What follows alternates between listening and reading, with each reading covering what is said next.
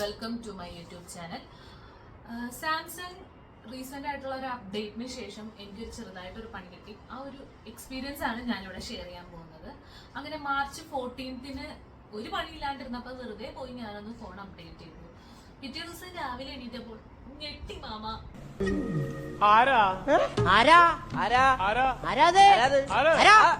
അങ്ങനെ യൂട്യൂബും ഗൂഗിളൊക്കെ നോക്കി ഏകദേശം ഈ സംഭവത്തിനെ പറ്റി ഒരു ഐഡിയ ഒക്കെ വെച്ചിട്ട് ഞങ്ങൾ നേരെ കസ്റ്റമർ സർവീസിലേക്ക് വിളിച്ചു. കസ്റ്റമർ കെയറുകാർ ഫോൺ എടുത്ത ഒരു ഹിന്ദി ചേച്ചി ആയിരുന്നു ഫോൺ എടുത്തിട്ടുണ്ടായിരുന്നേ. ഞാൻ പറഞ്ഞതൊന്നും ചേച്ചിക്കും ചേച്ചി പറഞ്ഞതൊന്നും എനിക്കൊന്നും മനസ്സിലായില്ല. എന്തൊക്കെയോ ഞാൻ അങ്ങോട്ട് പറഞ്ഞു, എന്തൊക്കെയോ ചേച്ചി ഇങ്ങോട്ടും പറഞ്ഞു. ഞാൻ ചപ്പാത്തി കഴിക്കാറില്ല, ചോറാണ് തിന്നണത്, അതുകൊണ്ട് എനിക്ക് ഹിന്ദി അറിയാനും പാടില്ല.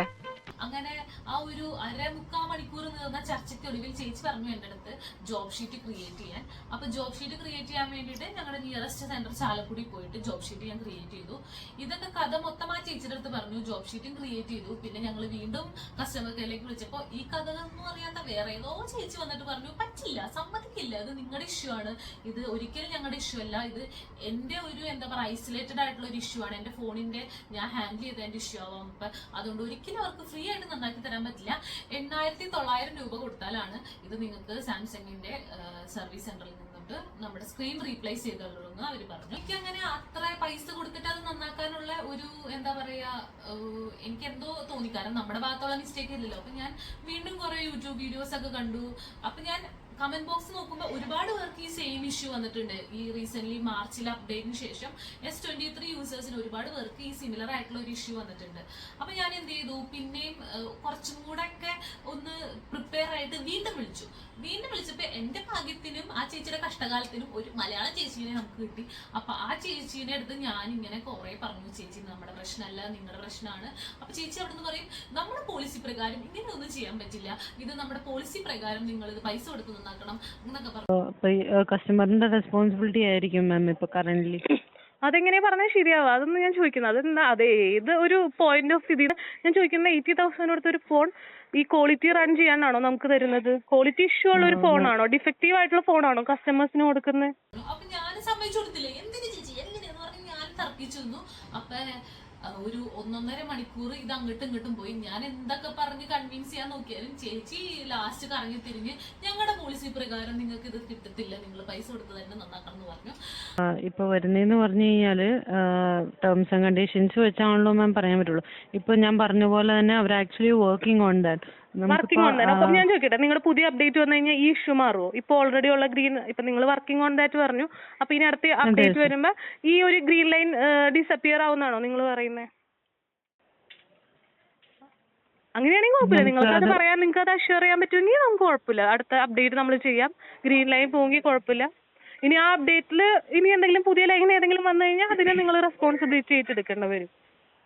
എനിക്കിരുന്ന് ജസ്റ്റ് ഇങ്ങനെ പറഞ്ഞുകൊണ്ടിരിക്കുന്നതിന്റെ കാര്യമില്ല. കാരണം നിങ്ങൾക്ക് അറിയാം നിങ്ങളുടെ ഭാഗത്താണ് മിസ്റ്റേക്സ്, നിങ്ങളത് സമ്മതിക്കണം. പ്ലസ് നിങ്ങൾ അതിനുള്ള സൊല്യൂഷൻ എടുക്കണം. കാരണം ഇത്രയും കസ്റ്റമേഴ്സ് ലൈക്ക് പുതിയ ഒരു ഇപ്പൊ S25 സീരീസോ ഏതോ ഒരെണ്ണം ലോഞ്ച് ചെയ്യാൻ നിൽക്കുന്നുണ്ട്. ഇങ്ങനെ ലോഞ്ച് ചെയ്തിട്ട് എന്താ കാര്യം? നമ്മൾക്ക് കറക്റ്റ് ആയിട്ടുള്ള കസ്റ്റമേഴ്സിനെ കറക്റ്റ് ആയിട്ട് നോക്കാണ്ട് ഇനി പുതിയ കസ്റ്റമേഴ്സിനെ ഒരിക്കലും കിട്ടാൻ പോകുന്നില്ല.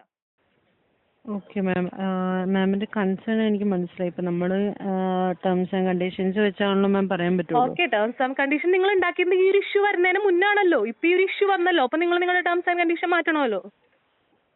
മാം അതല്ലേ ഞാൻ പറഞ്ഞത് മാം. ഇപ്പോൾ ആക്ച്വലി നമ്മളെല്ലാത്തിൻ്റെയും ഫീഡ്ബാക്ക്, എല്ലാ കസ്റ്റമേഴ്സിൻ്റെയും ഫീഡ്ബാക്ക് എടുത്തിട്ട് ഹയർ ഒഫീഷ്യലിലേക്ക് മൂവ് ചെയ്തായിരുന്നു. മാമിന്റെ കൺസേണും ഞാൻ വന്നിട്ട് ഫീഡ്ബാക്ക് ആയിട്ട് എടുത്തിട്ട് ഹയർ ഒഫീഷ്യലിലേക്ക് മൂവ് ചെയ്തു. അപ്പൊ നിങ്ങൾ ഹയർ ഒഫീഷ്യൽസ് ഇത് പറയും, ഒരു റിപ്ലൈ തരണവരെ നമ്മൾ ഈ ഒരു ഇഷ്യൂ വെച്ചിട്ട് വെയിറ്റ് ചെയ്തിരിക്കാനാണ് നിങ്ങൾ സജസ്റ്റ് ചെയ്യുന്നത് അല്ലേ? ഇപ്പൊ കറന്റ്ലി നമ്മുടെ ഭാഗത്ത് അത് പറയാൻ പറ്റില്ല. അതെങ്ങനെ ഒരു പോയിന്റ് ആവും? അതായത് ഹയർ ഒഫീഷ്യൽ വേണമെങ്കിൽ 2 കൊല്ലം കഴിഞ്ഞിട്ട് പറയും, ചിലപ്പോൾ ഒരു 5 കൊല്ലം കഴിഞ്ഞിട്ട് പറയും. നിങ്ങൾ അതുവരെ ഇതും വെച്ച് വെയിറ്റ് ചെയ്യും, നമ്മൾ ഈ ഇഷ്യൂ ഒക്കെ പഠിച്ച് കാര്യമായിട്ട് ചെയ്യട്ടെ എന്ന് പറഞ്ഞാൽ അതൊരു പോയിന്റ് അല്ല. നിങ്ങൾ പറയണതിൽ എന്തെങ്കിലും ഒരു വാലിഡ് പോയിന്റ് ഉണ്ടെങ്കിൽ ഞാൻ സമ്മതിച്ചു തരാം. അവർക്ക് വേറെ ഒന്നും തിരിച്ചു പറയാൻ പറ്റാത്ത പോയിന്റ്സ് ഒക്കെ വന്നു. അങ്ങനെ ലാസ്റ്റ് ഇതിന്റെ ഈ ഒരു ചർച്ചയ്ക്കൊടുവിൽ ചേച്ചി പറഞ്ഞു, ഓക്കെ നിങ്ങളുടെ ഇഷ്യൂ ഞങ്ങൾ ഹയർ അതോറിറ്റിയുടെ അടുത്ത് പറയുന്നതായിരിക്കും, ഇതൊരു സ്പെഷ്യൽ കേസ് ആയിട്ട് കൺസിഡർ ചെയ്യുന്നതായിരിക്കും, നിങ്ങൾക്ക് ഇത് നന്നാക്കി തരാം. ലൈനിൽ വെയിറ്റ് ചെയ്തതിന് നന്ദി മാം. ഇപ്പൊ മാം ടേംസ് ആൻഡ് കണ്ടീഷൻസുമായിട്ട് സമ്മതിക്കാതെ അക്സെപ്റ്റ് ചെയ്യാത്ത സ്ഥിതിക്ക് ഞാൻ മാമിന്റെ കൺസേൺസ് എല്ലാം വന്നിട്ട് മാമിന്റെ കേസ് വന്നിട്ട് ഞാൻ ഹൈലൈറ്റ് ചെയ്യാം, ഹയർ ഒഫീഷ്യലിലേക്ക് മൂവ് ചെയ്യാം. ഓക്കെ അല്ലേ? ഓക്കെ ആണ്. 2 ദിവസത്തിനുള്ളിൽ ഒരു കോള് നമുക്ക് വരുമെന്ന് പറഞ്ഞു. പക്ഷെ 2 ദിവസം ഒന്നും എടുത്തില്ല. അന്ന് തന്നെ നമ്മളെ തിരിച്ചിങ്ങോട്ട് വിളിച്ചു. നമ്മുടെ അടുത്ത് പറഞ്ഞു ഫോൺ അവിടെ സബ്മിറ്റ് ചെയ്യുക, ഒരു കസ്റ്റമർ ചാർജ് ഒരു 600 സംതിങ് നമ്മുടെ അടുത്ത് അടയ്ക്കാൻ പറഞ്ഞു, ബാക്കിയെല്ലാം ഫ്രീ ആയിരുന്നു. നമ്മൾ പിന്നെ ഫോൺ കൊണ്ടു കൊടുത്തു. നമുക്ക് ഫോൺ കൊടുത്തതിന് ശേഷം പിറ്റേ ദിവസം നമുക്ക് അത് നന്നാക്കി കിട്ടി. അങ്ങനെ 8900 പറഞ്ഞ സ്ഥലത്ത് നമ്മൾ വെറും 600 രൂപയ്ക്ക് നമ്മൾ ആ ഫോൺ നന്നാക്കി വാങ്ങിച്ചു. അപ്പൊ സ്വന്തം കയ്യിൽ നിന്ന് പൈസ എടുത്ത് ഈ ഫോൺ നന്നാക്കാൻ ഇരിക്കുന്നവരൊക്കെ ഒന്ന് ശ്രദ്ധിക്കുക. ഇതൊരിക്കലും നമ്മുടെ വന്നിട്ടുള്ള ഒരു ഇഷ്യൂ അല്ല, ഇത് ക്വാളിറ്റി കൺട്രോളിന്റെ ഇഷ്യൂ ആണ്. അപ്പൊ ഇതിന്റെ റെസ്പോൺസിബിലിറ്റി എന്തായാലും ഏതാണ് ഫോൺ കമ്പനി അവരെ ഏറ്റെടുക്കണം. അപ്പോൾ അതിനുവേണ്ടി മാക്സിമം ഫൈറ്റ് ചെയ്യുക. അവർ പറയുന്നതൊന്നും കേട്ട് തലയാട്ടി വിഷമിച്ച് നമ്മൾ പോയി ഫോൺ നന്നാക്കരുത്, തിരിച്ച് ഫൈറ്റ് ചെയ്ത് തന്നെ നിൽക്കുക. അങ്ങനെ ചെയ്തു കഴിഞ്ഞാൽ തീർച്ചയായിട്ടും റിസൾട്ട് കിട്ടുമെന്ന് എൻ്റെ ഈ ഒരു ഇൻസിഡന്റോടെ എനിക്ക് മനസ്സിലായി. അപ്പോൾ thanks for watching my video. Thank you.